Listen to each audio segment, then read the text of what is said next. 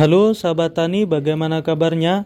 Semoga kita semua selalu diberi kesehatan dan kemurahan rezeki, serta kita senantiasa diberi umur yang barokah. Amin.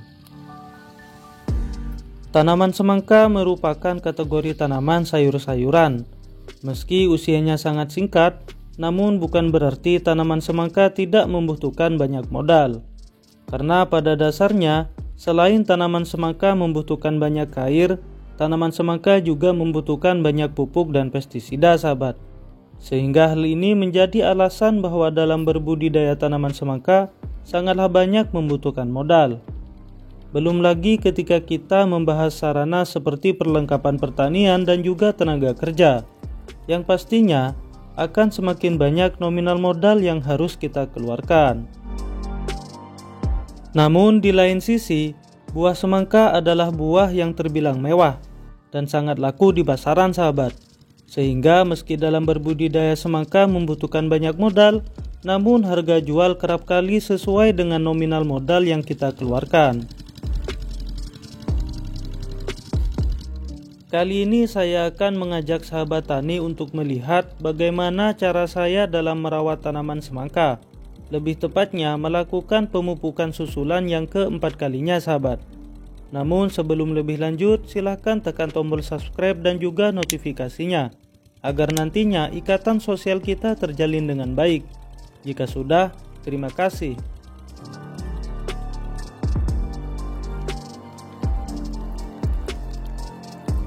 Kini tanaman semangka sudah berumur 20 hari setelah tanam, yang artinya tanaman harus segera dilakukan pemupukan ulang, sahabat. Saya melakukannya setiap 5 hari sekali. Terhitung dari sejak pertama pemupukan kali ini sudah berlangsung yang keempat kalinya, sahabat.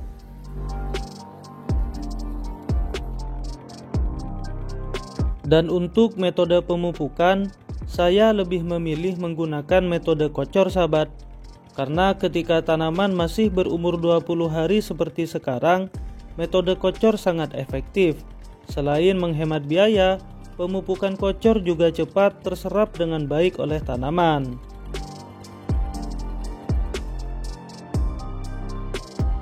Lalu kemudian, untuk pupuk yang saya gunakan adalah pupuk NPK Mutiara 1616, sahabat, dan dicampur dengan pupuk Ponska subsidi. Dalam 1 hektar, saya menggunakan pupuk NPK sebanyak 15 kg dan pupuk Ponska 20 kg. Campur kedua pupuk dan rendam selama kurang lebih 6 jam menggunakan air bersih, sahabat. Setelah direndam dan dirasa larut, kemudian takar sebanyak 3 hingga 4 cangkir atau sekitar 800 ml ke dalam wadah yang sudah disediakan.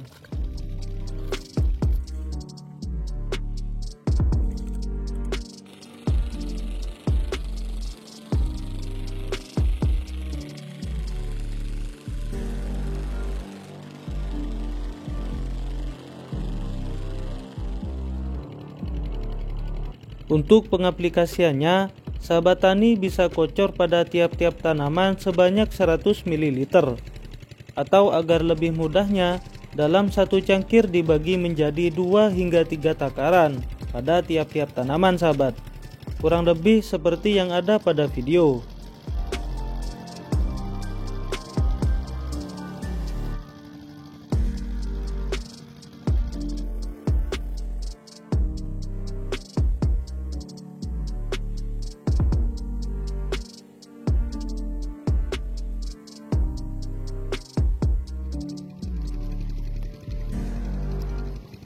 Nah, setelah pemupukan selesai, lakukan penyiraman dengan segera, sahabat, agar supaya pupuk tidak menguap yang menyebabkan daun menguning dan juga supaya tanaman tidak mengalami layu.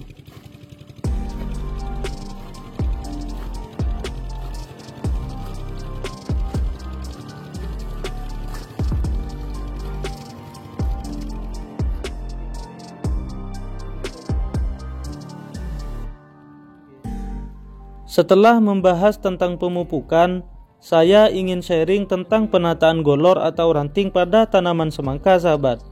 Kini, golor atau ranting tanaman sudah mulai merambat dan memanjang. Artinya, harus segera dilakukan penataan ranting agar supaya ranting atau golor pada tanaman semangka tidak acak-acakan dan tertata rapi.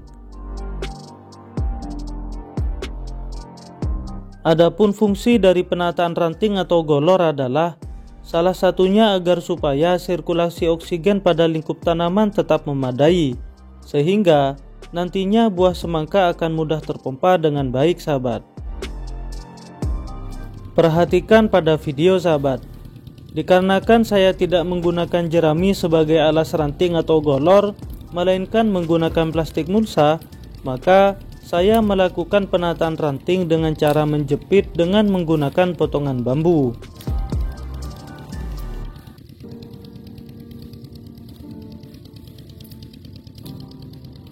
Lalu kenapa saya lebih memilih plastik mulsa dibanding jerami sebagai alas? Karena menurut saya lebih efisien, sahabat. Di samping tidak membutuhkan banyak modal, plastik mulsa juga sangat mudah dan tidak memerlukan banyak waktu dalam penggunaannya.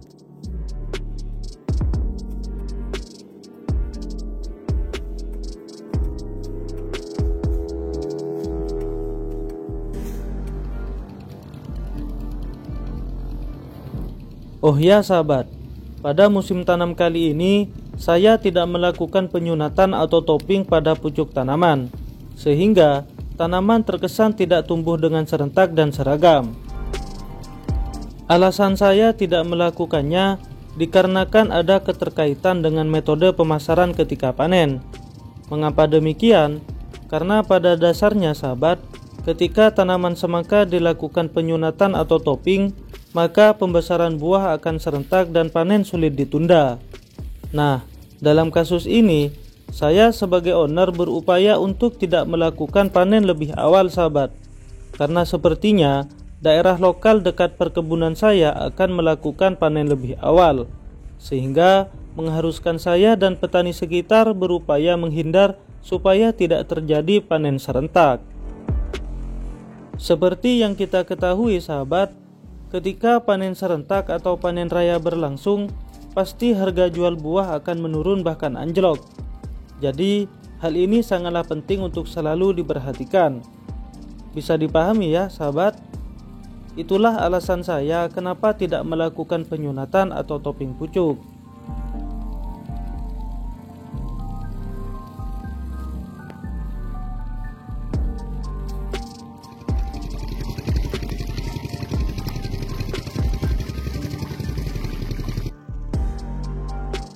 Baik, mungkin sekian dulu video singkat kali ini, sahabat. Semoga bermanfaat dan semoga dapat menambah wawasan kita. Jangan lupa juga tonton video saya yang lain ya. Sampai jumpa di video-video selanjutnya. Salam subsidi harapan.